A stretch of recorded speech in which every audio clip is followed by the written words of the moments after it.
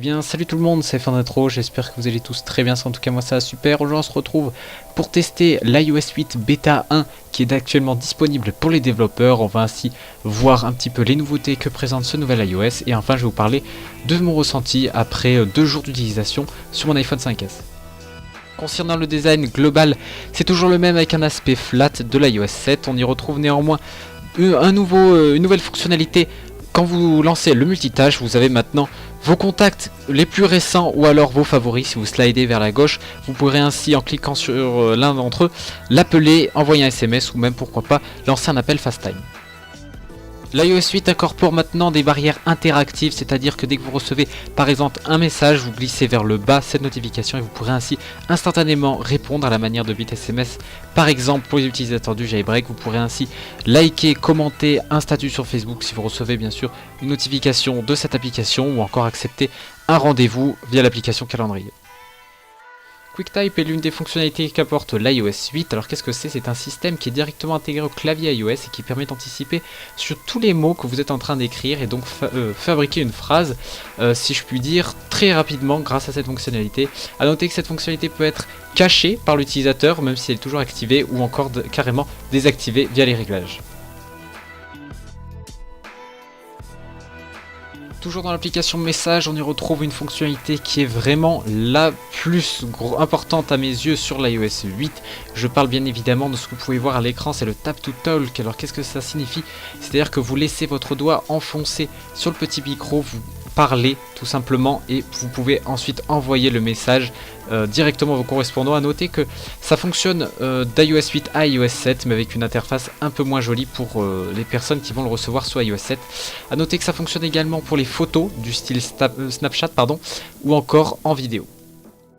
L'application message a beaucoup été modifiée concernant cet iOS 8. On y retrouve principalement l'ajout de fonctionnalités concernant les conversations groupées. Vous pourrez renommer par exemple la conversation, ajouter ou bien même supprimer des participants et vous pourrez également la quitter facilement.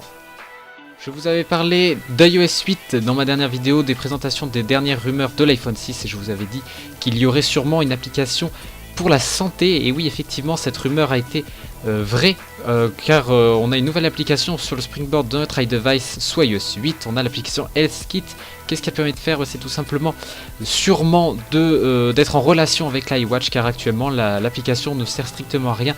Elle est totalement vide, pour vous dire, elle n'est même pas encore traduite en anglais. On verra ça.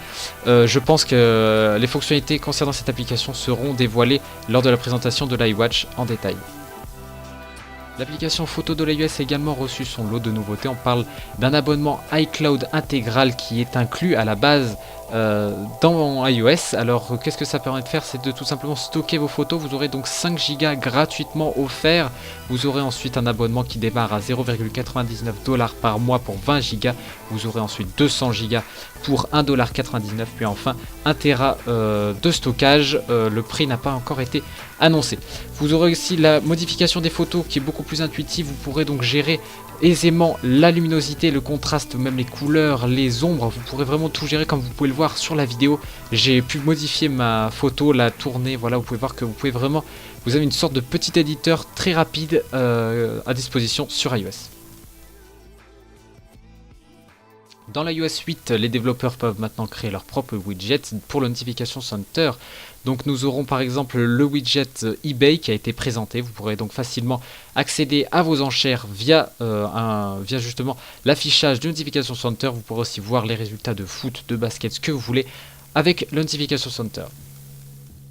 L'assistant vocal Siri possède maintenant de nouvelles fonctionnalités avec l'iOS 8. On parle notamment de l'intégration de Shazam. Vous avez juste à lancer Siri et lui dire Siri quel est le titre de cette musique. Il vous répondra via une recherche Shazam via internet le résultat de votre musique.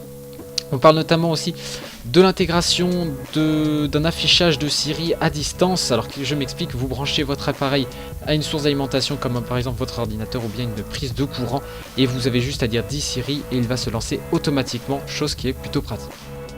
Même l'application App Store reçoit son petit lot de nouveautés avec l'iOS 8. On parle maintenant de recherche par tendance ou même d'un scroll vertical au lieu de horizontal. Voilà, c'est tout concernant les grosses nouveautés majeures de l'iOS 8 Beta 1. Bien évidemment, je pense qu'il y en aura des nouvelles avec les prochaines bêtas, notamment la bêta 2 qui devrait arriver d'ici peu. Maintenant on va parler un petit peu des nouveautés concernant les développeurs, car ça peut également vous intéresser.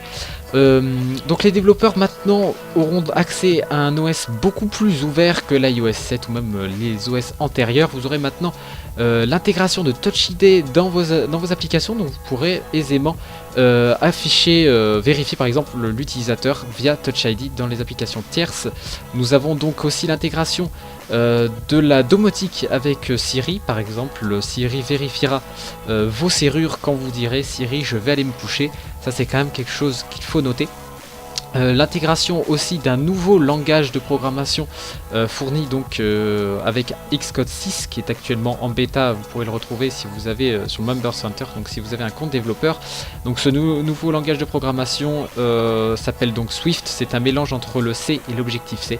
Donc je vous ferai, je pense, sûrement des vidéos d'ailleurs dessus. Donc voilà ce qu'on pouvait dire là-dessus. Pour ce qui me concerne, j'ai installé l'iOS 8 bêta 1 sur mon iPhone 5S et je vais vous dire un petit peu mon ressenti après 2 jours d'utilisation sur ce dernier.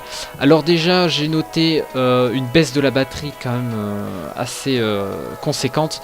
Je ne sais pas si c'est moi ou pas, mais je trouve que la batterie tient largement moins que l'iOS 7.1, c'est-à-dire que par exemple pour faire un petit schéma, dès que j'avais l'iOS 7.1 d'installer, je tenais, dès que j'arrivais chez moi vers 17h30, j'avais environ 30% de batterie.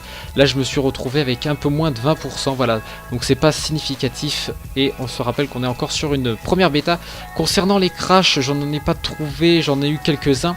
J'ai eu notamment quelques bugs avec AirPlay, c'est pour ça que d'ailleurs j'ai un petit peu galéré à vous faire cette vidéo, c'est pour ça qu'elle sort assez tard. Normalement je les sors le matin, le mercredi matin à mon habitude, mais là c'est un petit peu bugué, c'est-à-dire que le son est très fort quand vous activez AirPlay avec notamment l'application qui me permet d'enregistrer, et c'est assez dommage là-dessus. Sinon l'iOS tient bien, il est vraiment très fluide sur iPhone 5S. Et je vais vous dire d'ailleurs tous les iDevices qui sont compatibles avec ce dernier. Il suffit juste que je recherche ma fiche si j'y arrive à la trouver. Voilà. Alors il faut savoir que l'iPhone 4 a été mis de côté. Il ne supporte donc pas l'iOS 8. On a en revanche l'iPhone 4S, on a l'iPhone 5, l'iPhone 5C, l'iPhone 5S. Pour l'iPod Touch, on a uniquement l'iPod Touch 5ème génération, c'est tout à fait normal même. On a l'iPad 2G qui est toujours en course. On a l'iPad avec l'iPad Retina, hein, justement, l'iPad Air, l'iPad mini et enfin l'iPad mini avec écran Retina. Regardez la description de la vidéo, je vous ai mis un lien qui vous redirige vers l'article sur mon site web où je vous ai rédigé et détaillé donc toutes les nouveautés de l'iOS 8, qu'elles soient mineures ou majeures. Dans cette vidéo, je vous ai fait que les majeures. Si vous êtes tenté d'installer l'iOS 8 bêta 1 ou même les futures bêtas qui arriveront sur votre iDevice, je vous propose d'enregistrer votre UDID sur mon site internet. Je vous ai également mis le lien dans la description de la vidéo. Et voilà, donc c'est iPhone Rétro, j'espère que cette vidéo vous a plu, et surtout l'iOS 8. J'attends vos remarques dans les commentaires si cet iOS vous le trouvez plutôt intéressant comparé aux autres par exemple. Donc voilà, c'est iPhone Rétro, allez ciao tout le monde.